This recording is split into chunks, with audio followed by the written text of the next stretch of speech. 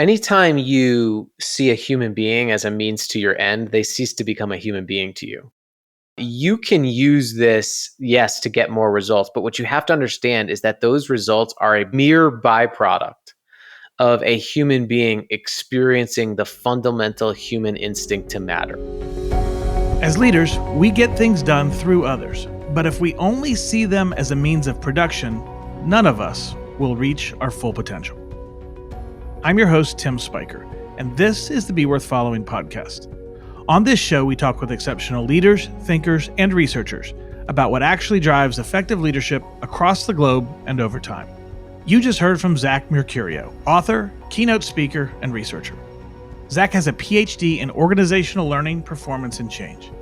In his career, Zach has worked with over 100 organizations globally, including familiar names such as Delta Airlines, JP Morgan Chase, and Ghirardelli Chocolate. In his first book, The Invisible Leader, Zach digs into the connections between individual purpose, organizational culture, and team performance.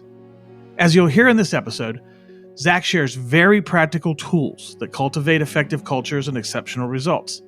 But the path he takes us on to get there is unexpected. Zach has a memorable way of articulating what he teaches that will have you scrambling for a pen to take notes. But before Zach developed his current knowledge and wisdom, he was a young, successful professional heading straight into an early life crisis. And that is where we begin. I think the first thing to know is that I'm the youngest of three brothers.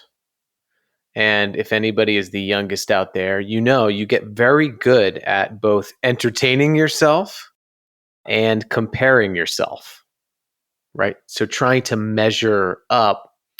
Because of that, I was always searching for significance, right? I sort of have that embedded within me is to see significance and to quote unquote measure up, right?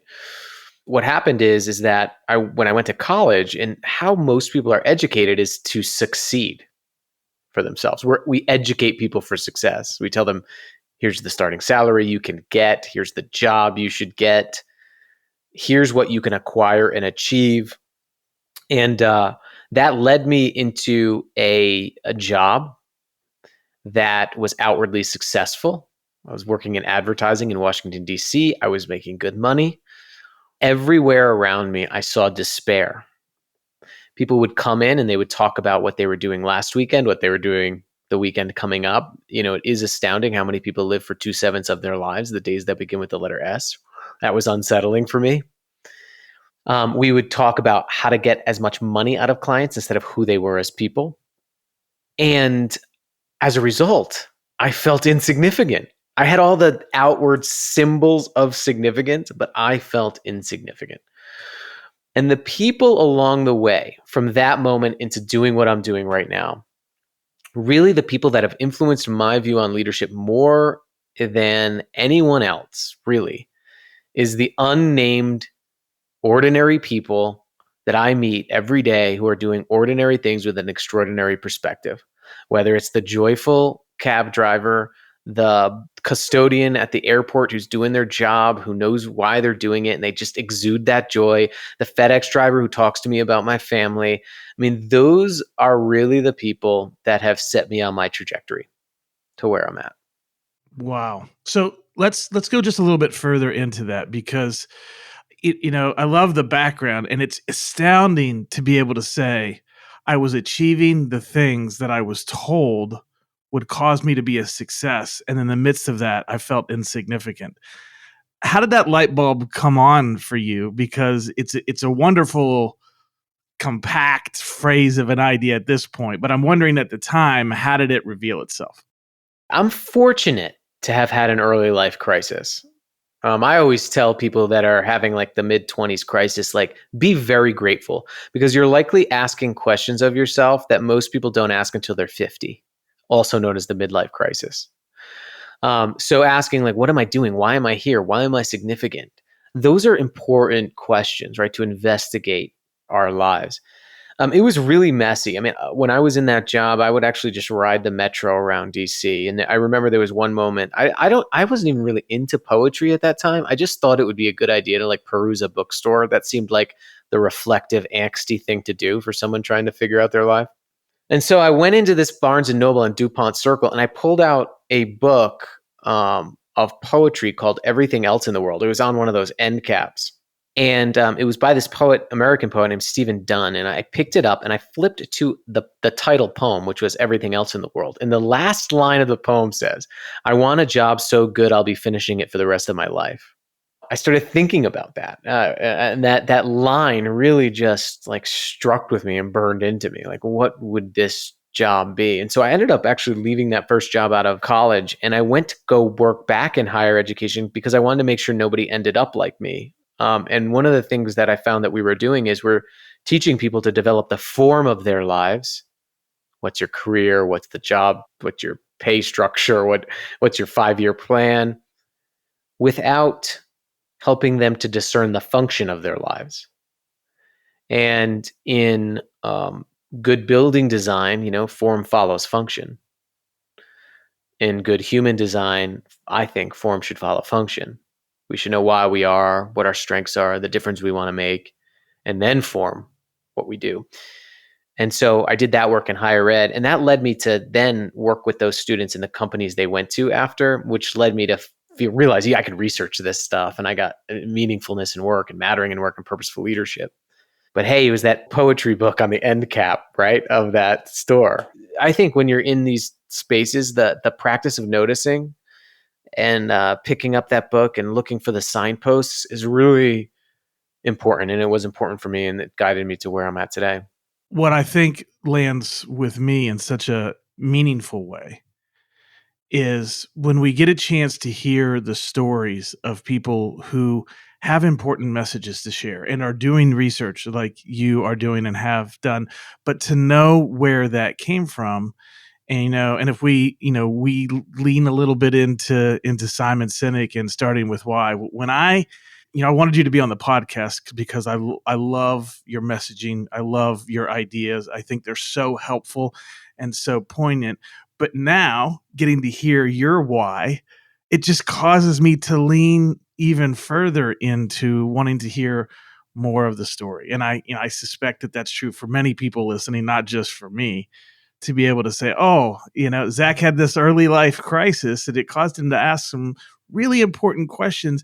And that's a large motivation for why he's doing what he is decades later. Yeah, I think about really what I'm doing as what my 5-year-old self needed. My why is to help people realize their own significance. When a leader realizes their significance, they take responsibility for that significance. When a human being realizes that significance, it's incredibly powerful. When someone believes that they matter, anything is possible. When a team of people believe that they matter, anything is possible. And so it took me a while to figure this out. I went back to get my PhD 8 years after I was in the workforce full time.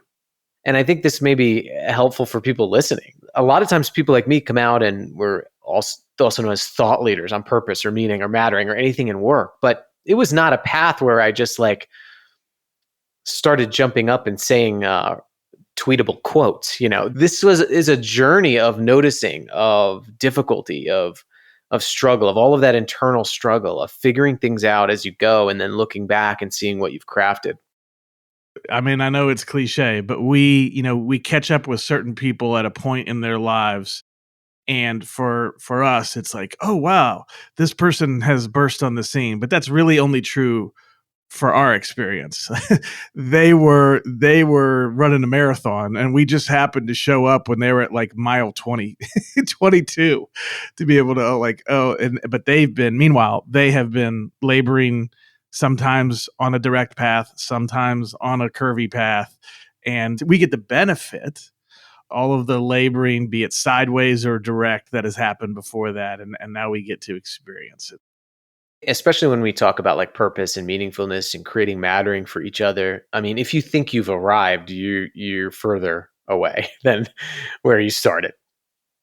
Because this is all we're working against our human nature, right? To be self-oriented and the society that rewards us to be self-oriented. And so, to have that aspiration, what you're aspiring toward, what you're going towards, that it's work, it takes work, and nobody's perfect, especially in what we're going to talk about today. I think that's really important for people to know.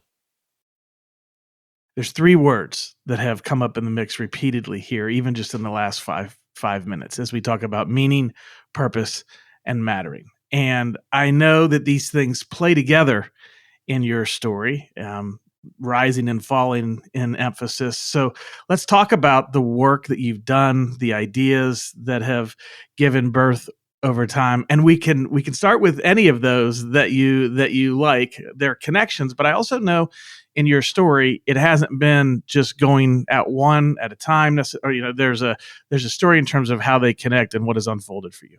Well, what I've repeatedly found in my experience is that most of the most joyful people that I've met talk more about the contribution they make than what they're doing.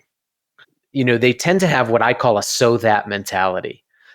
I'm doing this so that what? They can link whatever it is that they're doing with its inevitable human outcome. And when we interview people in our studies, or when we look at research really from around the world on what contributes to having a purpose and having a purposeful approach to life, it's having that so that mentality, right? That so that perspective. And that's what purpose is, right? And that's what we found. Purpose is the reason for which something is done or created, something's use or usefulness. Purpose asks us the question, of what use are we to the world? Being purposeful is contribution-centered thinking, being, and doing. You can have a purpose statement and not be purposeful. Right? It's the difference between saying, what do I have to do today, and how is what I'm going to do today going to impact other people? So that's that first piece that captivated me, was how do people learn to be purposeful? How do organizations of people learn to be purposeful in a system that incentivizes them not to be? When you're in elementary school, you start getting arbitrary letter grades for the things that you do.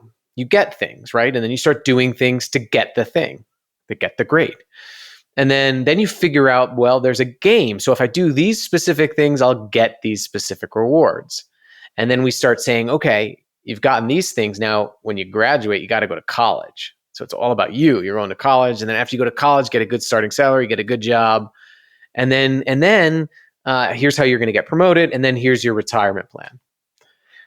We educate people in an if-then argument. If you do this, then you'll be successful. Essentially, we're creating destination addicts. In psychology, it's called destination addiction. It's the false belief that when you get somewhere, you'll arrive or be fulfilled. And so the system that is rewarding self-achievement gets what it rewards, which is a lot of self-oriented people. It's up to you to pull yourself up by the bootstraps and foster your own well-being. It's up to you to find meaning in your work. It's up to you to make it here. When in reality, all the research indicates that individual well-being is a community endeavor. In fact, to be self-actualized, we need other people who are self-actualized to provide safety, belonging, and love for us. That is what I'm talking about. The system and the systems that we're in that incentivize individual sales goals, for example. And then you expect people to collaborate.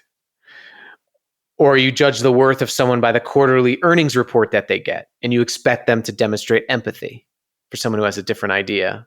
That's what I mean. Okay. So you dig into purpose and you're doing this research, but then you start to actually work with organizations around these ideas. So talk about that, because what I love for people to hear is, okay, Zach just said a lot of really smart things that would cause me to think. But what about the practical application side? How does it show up in organizations as you look at the work that you've done with organizations around this idea of purpose? Well, so you can learn to be purposeful, right? You can learn that mindset. So that's something that I've been working with people on. And when I started doing work on purpose, we were talking about some practices of how to develop a purposeful mindset, right? And that perspective is a skill you can use. Asking yourself better questions. For example, what am I going to do in 5 years? What kind of impact am I going to make 5 years from now? What's my ideal job? What problems do I want to solve with my strengths? That's a practice. Or, collecting and telling stories of your impact. So you're remembering the evidence of your impact. So holding on to those stories where you saw yourself make a difference and reframing your internal narrative. So you're thinking about that. Another practice is developing a statement of your contribution.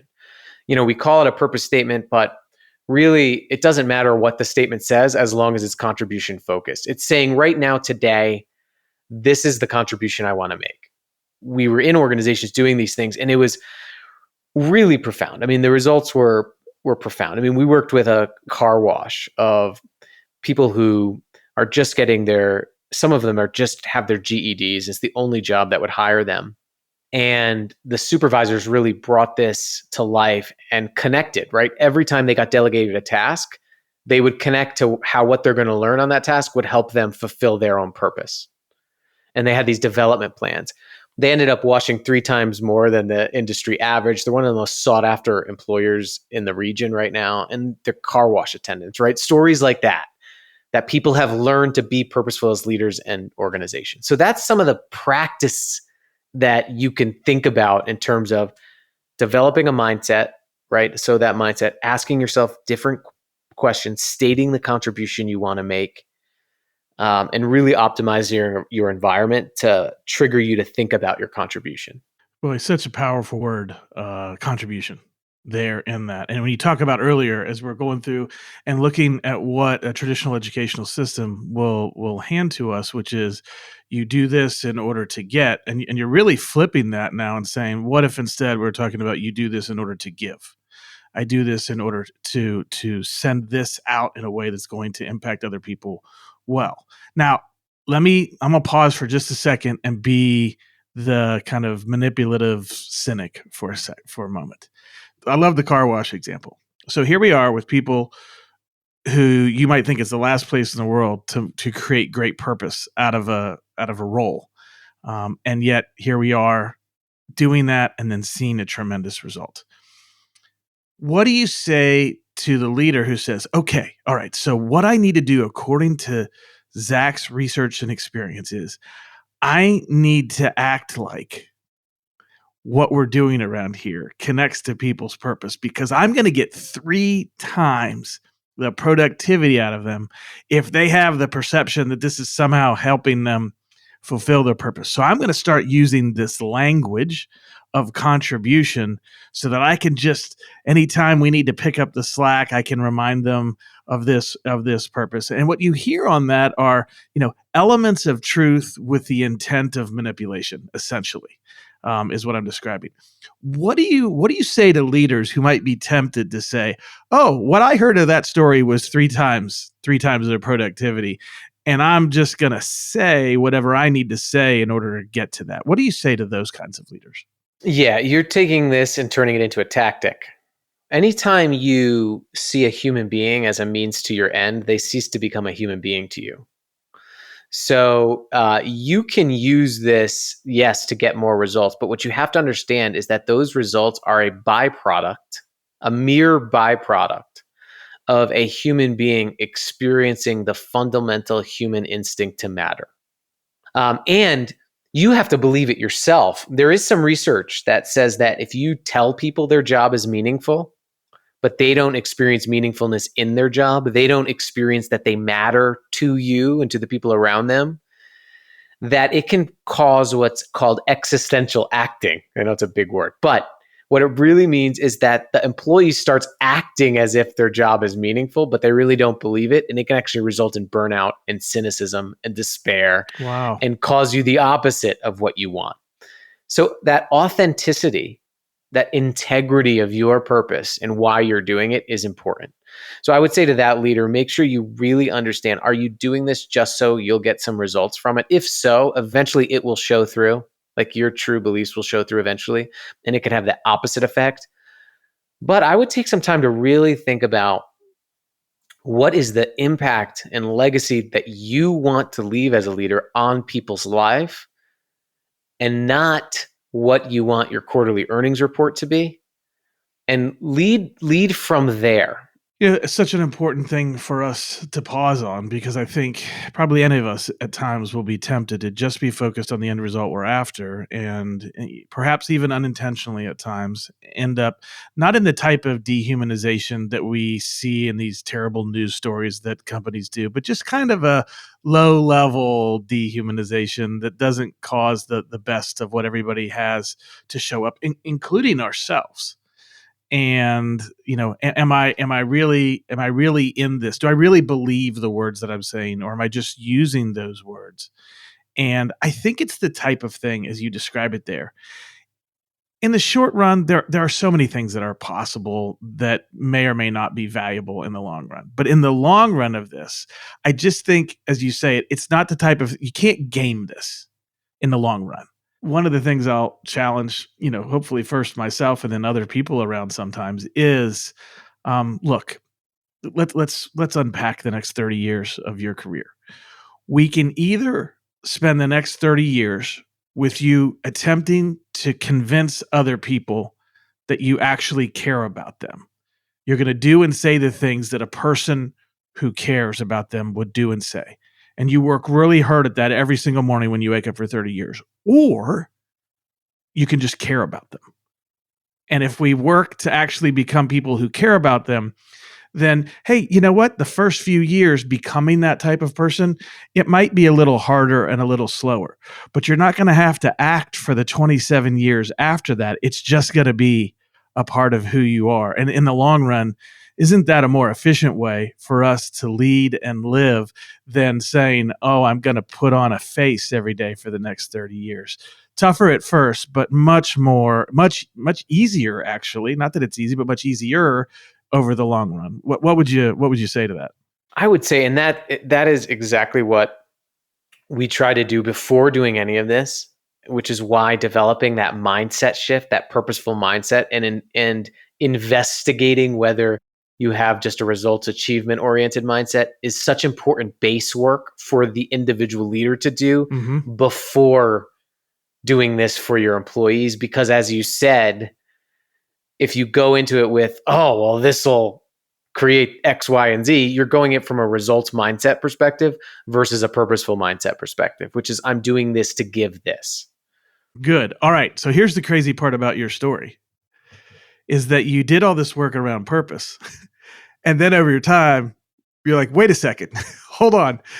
Something actually has to show up before we get to purpose in order for this to actually work. So unpack that for us a little bit. I think it's a fascinating part of your story and so important because I think it would be so easy at this point to say, man, that Zach, he's got some great ideas around purpose and I can see how they're really meaningful. And I just want to go right at purpose. But you're now in the space of, well, there's a story before the story of purpose. So let's talk about that. Well, I started getting called in by schools, school districts, teachers, or hospital systems, especially after that first year. Groups of trauma surgeons. I got to do work with the National Park Service. And I'm like, wait a minute. These people save people's lives, teach the future, and like preserve the nation's natural resources for generations to come. What is going on? Like, why am I talking to these people? Their contribution is so clear. And I remember sitting out on my back deck. It was during the pandemic, and I was reading an article by this psychologist named Gordon Flett. It's at York University. And he was talking about how the pandemic has revealed an anti-mattering epidemic where people don't experience mattering. Now, experiencing mattering is experiencing yourself as significant and needed and valued by the people around you. And it clicked with me. These people had a purposeful job. They had a job that mattered, but they weren't experiencing mattering in their job. I started digging into this concept of mattering, and mattering has to come first. So I can't tell you, like, Tim, go find your contribution until you believe you're worthy of contributing. I can't tell an employee to soar with your strengths. Here, let's do strengths quest. Identify your strengths. If they first don't believe they have strengths. I can't ask somebody for feedback and say, hey, share your voice. We really want to hear your voice. If they don't first believe their voice is significant. And then I started tracking this all the way back to when we're born. And I was reading this book called The Earliest Relationship, which is on the instincts that babies have when they're born that last through our lives. And one of the first instinct that you had as a baby was not to search for food. It was actually you tilted your head upward at a specific angle and then reached your hand out to grasp someone so they would care for you. You sought to matter to somebody before you sought food. And that instinct, that survival instinct to matter, just like the survival instinct to eat, never goes away. And many people in our organizations are malnourished from a psychological perspective. And when an instinct is not met, what do we do? When we're really hungry, what do? We usually act out in desperation or we withdraw and go take a nap. The same is true with when we don't feel like we matter. And I was looking at all the conduct issues, all the burnout issues, all the loneliness issues, people leaving organizations, and was realizing that this fundamental instinct has been overlooked. So people need to matter. We all need to matter. And that is a precursor to really living a purposeful existence. And so now let's go back to the car wash. All right. So we've got people who are thinking about their purpose as it connects to this idea of washing cars. But wait. We've got to know that we matter first. So in the practical sense, now as you begin to, transition to the work of helping leaders, help those they lead feel a sense of mattering, where do those practices, where do those ideas take leaders now as you focus in on mattering? Yeah, what's really exciting about this is that mattering is built through interpersonal interactions. It's not built through a big award ceremony or a pay raise or a kudos board, right? It is built through interactions. So mattering is interpersonally constructed. And there are three predictors of experiencing mattering. One is that we're noticed. A practice for noticing someone can be as simple as asking a better question. Instead of, hey, how are you? Hey, what have you been working on today? Hey, what has your attention today? What have you been struggling with today? How can I help? Time out. I got to interrupt you, Zach, because people need to hear this. When we got on this call, before we started the recording part, the first thing that Zach said to me was, what are you up to? What do you have going on? So, yeah, what's been going on? So, lest you think Zach is a researcher that doesn't practice what he preaches, inherently, with me, the person who's hosting this podcast interview, you began to sow into that idea of mattering by asking me that question. I see you leading well, Zach. I see. This is great because this is not all pie in the sky stuff. So let's talk about what it did for us in our initial conversation. Instead of just jumping into the podcast, you shared with me something about, was it your daughter today? Your kids and the school project that they were doing at school and what you felt through that, right? If I didn't ask that question, I would not have that data to notice you. So when I see you in a month, I can now ask, how's your daughter doing at the school, the classical school? Mm-hmm. Right? Many times as leaders, like we don't ask questions that give us the data to actually notice people. So we run around starting meetings like, hey, how's everybody doing? Good? Or they'll say in the start of the meeting, everyone would be like, all right, I know, it's Thursday. We got to get through let's just get through the agenda, right? So we go. So you have to, and if you want to notice people, you have to create space to see people. Like you have to have this little buffer we had at the beginning of the podcast. You have to have space at the beginning of a meeting, at the beginning of a one-on-one to make sure you're meaningfully checking in with people. And so you're getting data to actually notice them and see them. Because when if it doesn't matter, if people don't feel noticed by you, and it doesn't matter what you say, because it's impossible for anybody to care for anything until they feel cared for.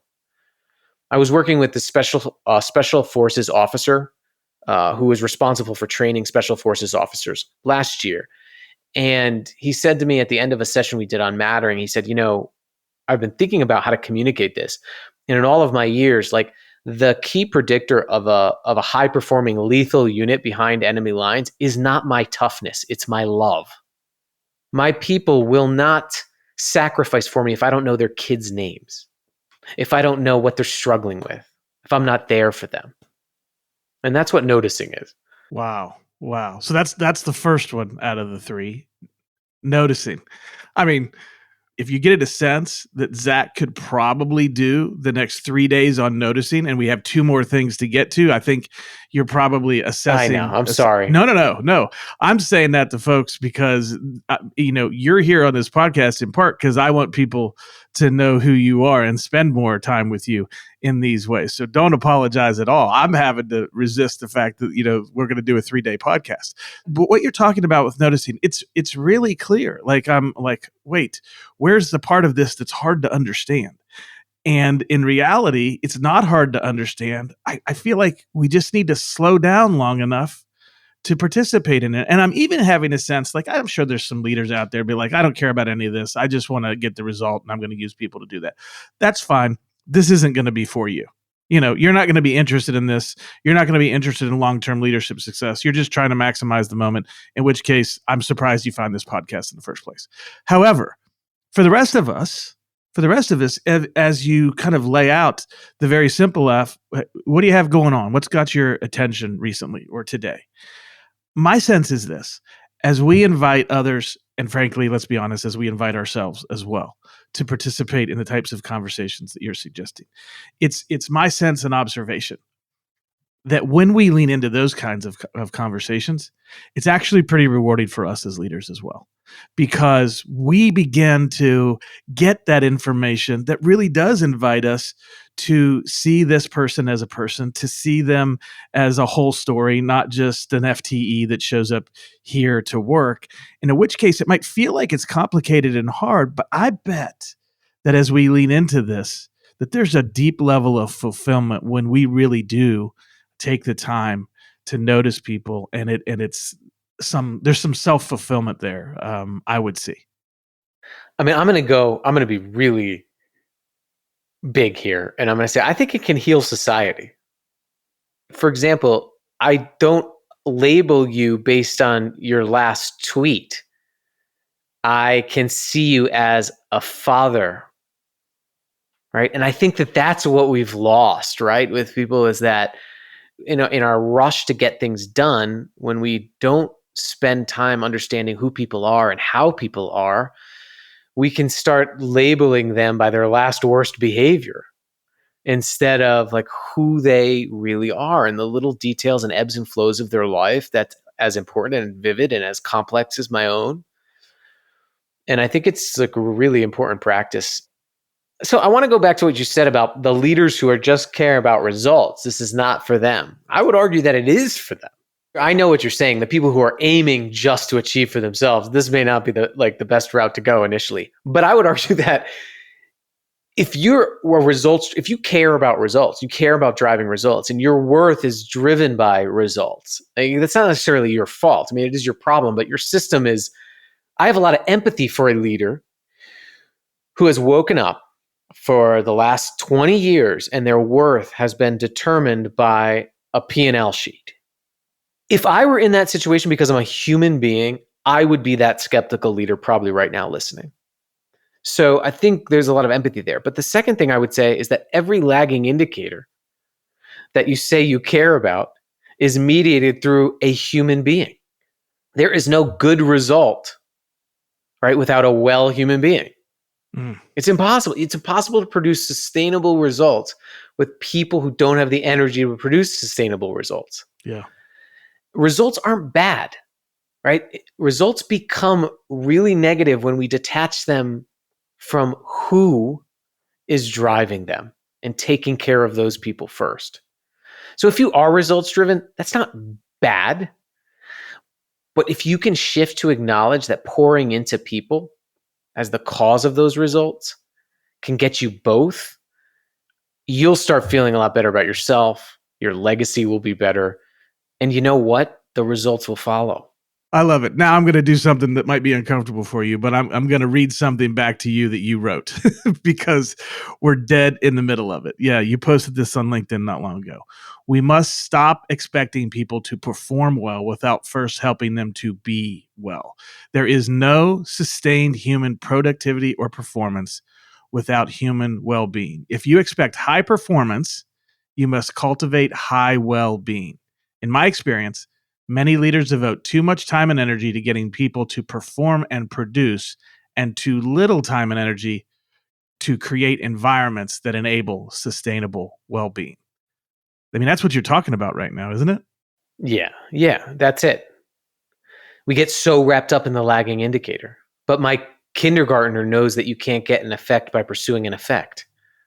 I can't all of a sudden be like, oh, I want to go run 10 miles. So I just go out and run 10 miles. I have to start training my body to be able to run 10 miles, right? That's the cause.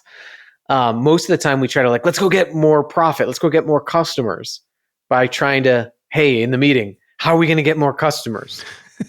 You're basically like saying to someone who hasn't trained for running, how are we going to run 10 miles today? Instead of investing in the cause, which is people. People are always the cause. If the question is, how do we invest in high level performance that is sustainable over the long haul? You're proposing that the answer is to invest in the well-being of the people that can cause that sustainable performance over time. Yes. And there are many other people talking about other dimensions of well-being, but I am right now talking about the fundamental pillar of well-being, which is that if people don't feel like they matter, nothing's going to matter to them. I'm just going to invite everybody to hit pause on the podcast now and spend the next 15 minutes just thinking about that statement because it is so profound. I do want to get to 2 and 3 only because I don't want to miss out on the stuff here. So noticing if noticing others or being noticed by those around us, especially our leaders, is an important part of mattering. What are the other 2 pieces here that we need to have in mind as well? And they build off of each other. So when we notice people, we can actually meaningfully affirm them. So like affirmation is when we show people how their uniqueness makes a unique difference. It's different than appreciation or recognition, right? Recognition is showing gratitude for what someone does. Appreciation is showing gratitude for who someone is, but affirmation is showing people the specific evidence of their significance. So it's like me saying, hey, Tim, you do a really great job on this podcast.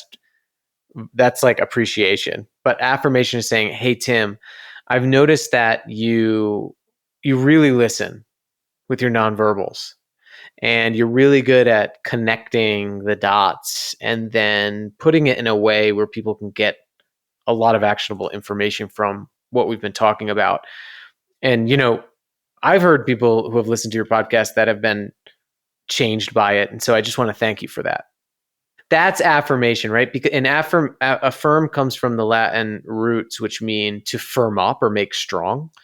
And I think that what's powerful about that is you're giving people the evidence in their environment to make their self-belief stronger.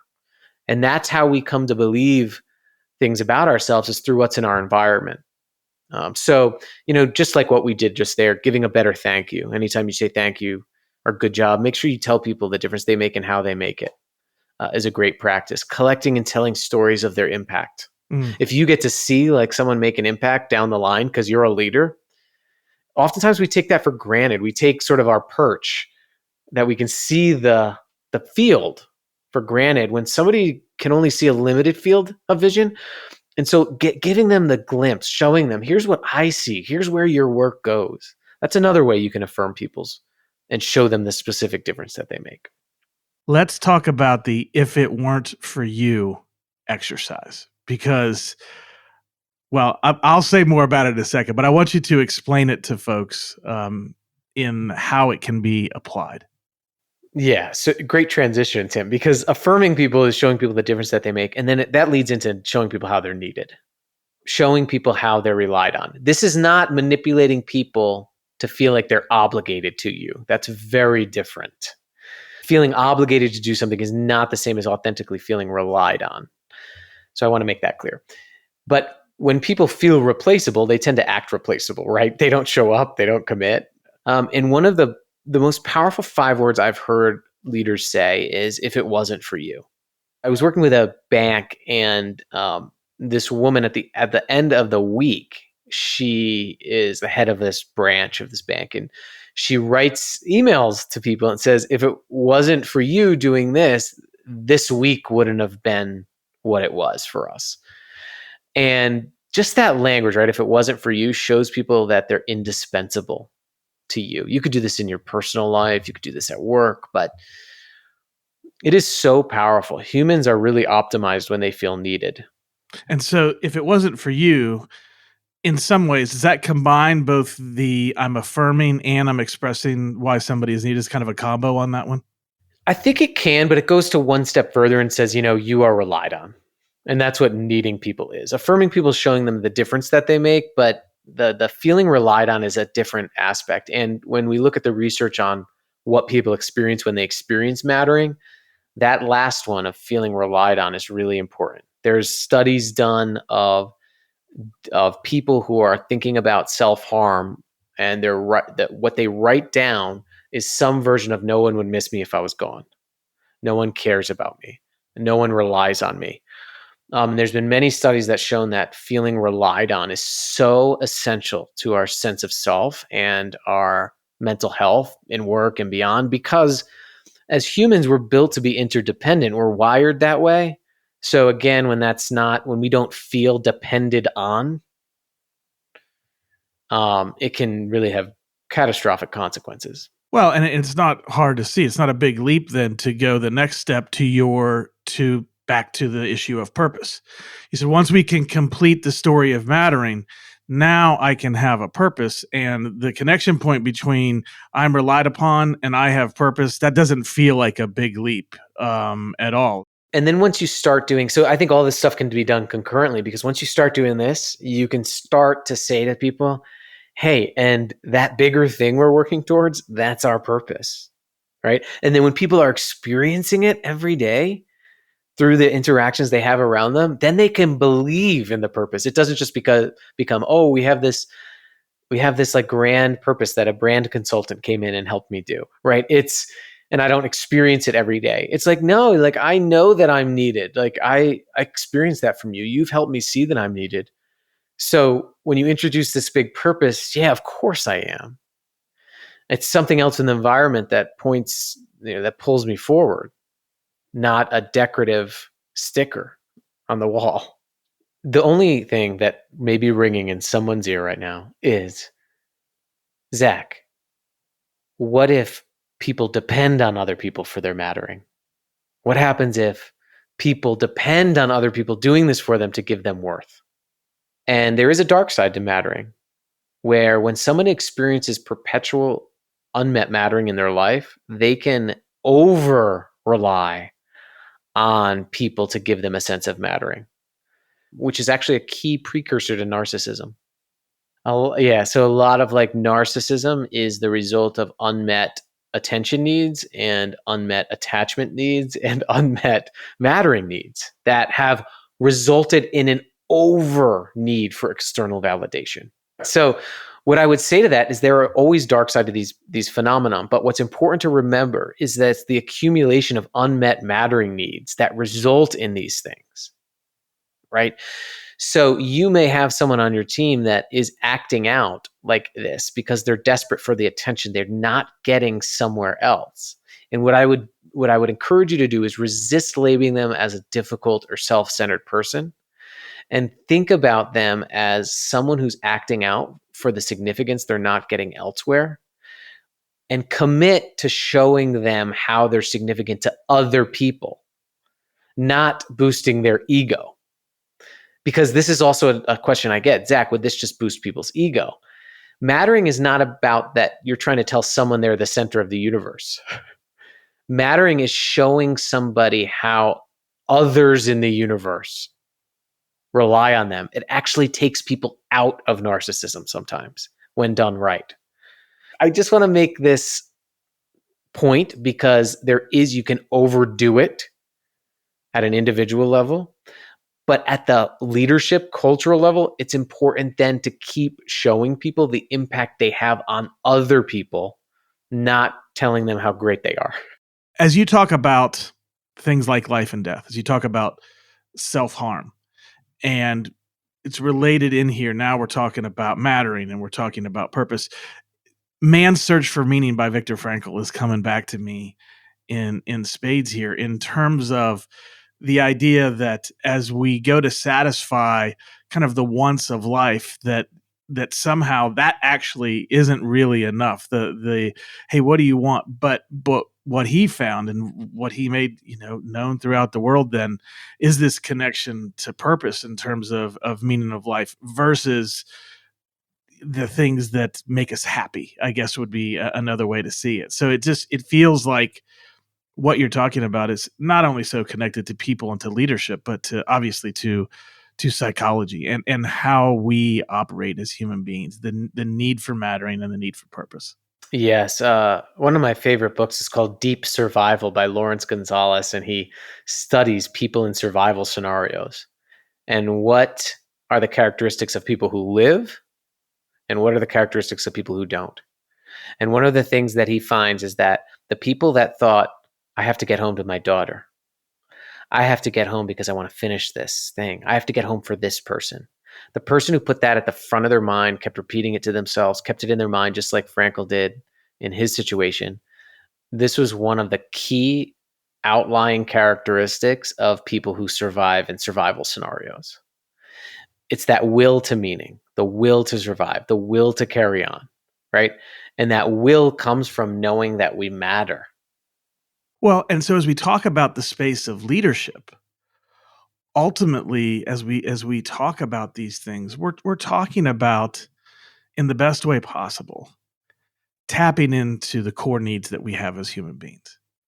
How do we as leaders, and tap into is almost a verbiage I'm uncomfortable to use because I don't want it to be in that manipulative space. We're not using people to get something done, so we're going to pretend like they matter and like they have purpose. No, they actually do matter. They actually do have purpose. And when we as leaders tap into that in the most genuine way possible, it's not just us and the endeavor that benefits, but those people do as well. And perhaps as a leader, that's part of my purpose, which is to say, how can I help them feel that? Because it's not just our endeavor that's going to flourish when we do that. What's the legacy that I want to have? Do I want to be a leader who, great, our profits were escalating every year for a decade and I got all my bonuses? We have options as leaders. Do we want to go for the most of leadership or the least of leadership? And what I just described in hitting those numbers consistently for a decade and getting all your bonuses, that's the least of leadership. That's like, okay, great, you got that. The most of leadership would be, okay, yeah, you hit all those numbers, but you were also doing something so much more significant and meaningful that people are going to remember you for the rest of their lives, even when they're not working for you anymore. And so I think we have a challenge as leaders to ask ourselves, what am I really after? Am I after the least of leadership or am I after the most of leadership? And if the answer is the most, then we've got to be thinking about things like mattering and purpose. And sometimes I think that what stops us from doing that is we think it's just work. Like it's just work, or I'm in this job. I'm not saving the world. I'm putting mirrors on cars or whatever it is, or I'm washing cars, right? But when you're a leader, when you become responsible for where other human beings spend upwards of a third of their lives away from the people that love them, your job is inherently purposeful and legacy building. Mm. And so it doesn't matter where you are. It doesn't matter what you're doing. If you are at least partly responsible for where a human spends 35% of their life, you should be listening right now. David Brooks has one of my favorite columns. I read it every year. He calls it the difference between resume virtues and eulogy virtues. Resume virtues are the things that you add up, what you call the least of leadership. Eulogy virtues are the things you want people to say at your funeral about you. Are you going to want them to say, oh, Tim, in 2023, Tim really boosted shareholder value? It is laughable, isn't it? Or do you want them to say, when something happened in my family, Tim was the first one there who called me? That's what this is about. That's what this is about. So good. So good. All right. I want folks to know what you're up to right now.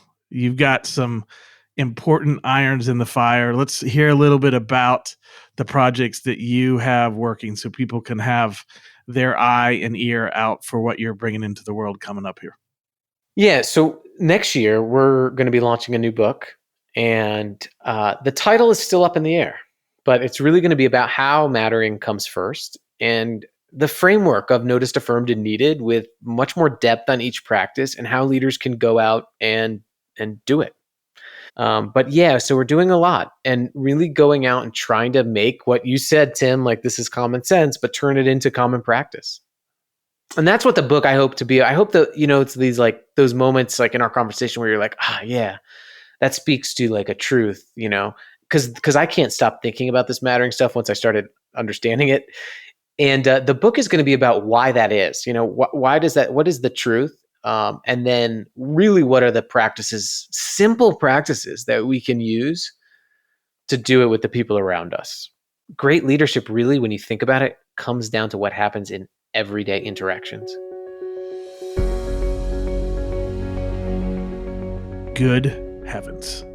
What an unbelievably thick episode that was. It felt like just about every idea and comment that came out of Zach's mouth was full of nutrition for all of us to pause and think about. And I'm so thankful for Zach spending time with us. If we had to take that entire episode and boil it down to two words, the words would be purpose and mattering. And just to reiterate something that Zach found through his work is that while we really do want the people that we are leading to be clear on what their individual purpose is, that there is this very interesting thing lurking behind that, which is if people don't know that they matter, then they won't be able to pursue that purpose well. And so there's a step zero, a step that comes before getting clear or helping the people we're leading getting clear about their purpose. And that is making sure that people understand that they matter and how they matter. So there were so many quotable things that Zach said. I won't get into all of them.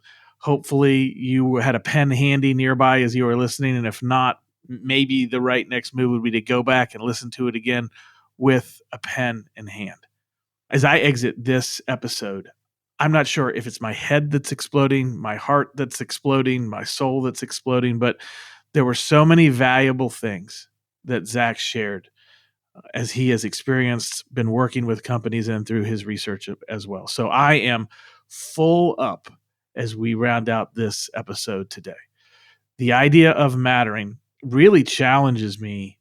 This idea of, am I doing a good job to make sure that the people that I'm leading and influencing know that they matter and how they matter, specifically how they're impacting the world around us that really makes a difference, and that I'm explicit about making sure that they know that. Am I doing a good job of pointing that out? And I will say that my biggest conviction in that, as I think about it right now, is not on the business side, but on the personal side. When I think about my family, when I think about my wife and my kids, as a leader in our family, am I making sure that they know specifically how they matter? It's a challenging thing for me today, and perhaps it's challenging for some of you as well. So that leads me to the question I want to leave you with today, and that is this: do the people that you are leading know that they matter? This is Tim Spiker reminding you to be worth following and to follow us wherever you receive your podcasts. If you've heard something valuable today, please share our podcast with your friends and colleagues. And if you're up for it, leave us a 5-star review. Thanks for listening.